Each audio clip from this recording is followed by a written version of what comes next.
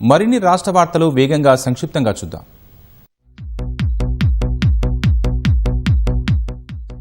హైదరాబాద్లో సీఎస్ రామకృష్ణారావు అధ్యక్షతన రాష్ట స్థాయి సహకార అభివృద్ది సమన్వయ కమిటీ సమావేశమైంది. ఈ కార్యక్రమంలో కేంద్ర సహకార మంత్రిత్వ శాఖ కార్యదర్శి డాక్టర్ ఆశీష్ కుమార్ భూటానీ పాల్గొన్నారు. ప్రపంచంలోనే అతిపెద్ద ధాన్య నిల్వ పథకం ప్రాముఖ్యత దృష్ట్యా భారత ఆహార సంస్థ అవసరమున్న ప్రాంతాలను గుర్తించిందని తెలిపారు. డ్రగ్స్, గంజాయి, నాన్ డ్యూటీ పెయిడ్ లిక్కర్, నాటుసారా తయారీ రవాణాపై నిఘా పెంచాలని excise enforcement director Avinash Mohanty అధికారులను ఆదేశించారు. ఎన్ఫోర్స్మెంట్ అధికారులు, ఎస్టీఎఫ్ టీం లీడర్లతో సమీక్ష నిర్వహించిన ఆయన డ్రగ్స్ తయారీ ప్రాంతాలను గుర్తించి నిలువరించాల్సిన అవసరం ఉందన్నారు. హైదరాబాద్ పాతబస్తీ యాకుత్పురా నియోజకవర్గంలో పలు అభివృద్ది పనులను ఎంపీ అసదుద్దీన్ ఓవైసీ ప్రారంభించారు. తలాబ్ చంచలం వార్డులో 96,15,000 రూపాయలతో స్థానిక ఎమ్మెల్యే జఫర్ హుసేన్ స్థానిక కార్పొరేటర్తో కలిసి అభివృద్ది పనులకు శ్రీకారం చుట్టారు. మహబూబ్ నగర్ జిల్లా జడ్చర్ల మున్సిపాలిటీ కార్యాలయంలో ఏసీబీ అధికారులు తనిఖీలు నిర్వహించారు.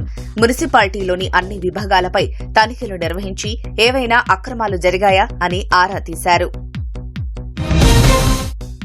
మహబూబాబాద్ జిల్లా బరపేడలో అక్రమంగా నిల్వ చేసిన బియ్యం డబ్బును రెవెన్యూ అధికారులు, పోలీసులు స్వాధీనం చేసుకున్నారు. స్థానికుల సమాచారంతో పలు ఇళ్లలో తనిఖీలు చేపట్టిన అధికారులు అక్రమంగా నిల్వ ఉంచిన 115 క్వింటాల సన్న రేషన్ బియ్యాన్ని స్వాధీనం చేసుకున్నారు. కానుపు కోసం వచ్చిన మహిళకు అనంతరం స్వల్ప శస్త్రచికిత్స చేసి వైద్యులు కాటన్ను శరీరంలోనే పెట్టి కుట్లు వేశారు. ఈ ఘటన వికారాబాద్ జిల్లా తాండూరు ప్రభుత్వ మాతా శిశు ఆసుపత్రిలో చోటు చేసుకుంది. బాధ్యులైన వైద్యులు, సిబ్బందిపై చర్యలు తీసుకోవాలని కుటుంబ సభ్యులు డిమాండ్ చేశారు.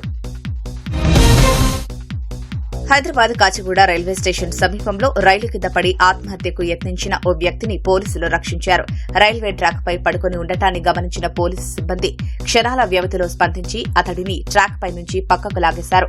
సదరు వ్యక్తి కర్ణాటకలోని బీదర్ ప్రాంతవాసిగా గుర్తించారు. నిర్మల్ జిల్లా ఖానాపూర్ పరిధిలో జరిగిన హత్య కేసును పోలీసులు 24 గంటల్లో ఛేదించారు. అదనపు కట్నం, కుటుంబ విభేదాలతో భార్యను భర్తే హత్య చేసి ఆపై అత్యాచారం, దోపిడీగా చిత్రీకరించేందుకు యత్నించాడని పోలీసులు గుర్తించారు. యాదగిరిగుట్ట దేవస్థానం చేపట్టిన డిజిటల్ పరివర్తన కార్యక్రమాలు జాతీయ స్థాయిలో గుర్తింపు పొందాయి. ఢిల్లీలో జరిగిన 29వ జాతీయ సదస్సులో ఎగ్జిక్యూటివ్ ఆఫీసర్ భవానీ శంకర్ పాల్గొని దేవస్థానంపై ప్రెజెంటేషన్ సమర్పించారు.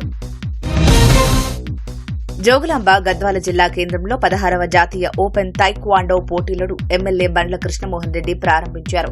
ఈ పోటీల్లో పాల్గొనేందుకు 20 రాష్ట్రాల నుంచి సుమారు 1000 మంది క్రీడాకారులు తరలివచ్చారు.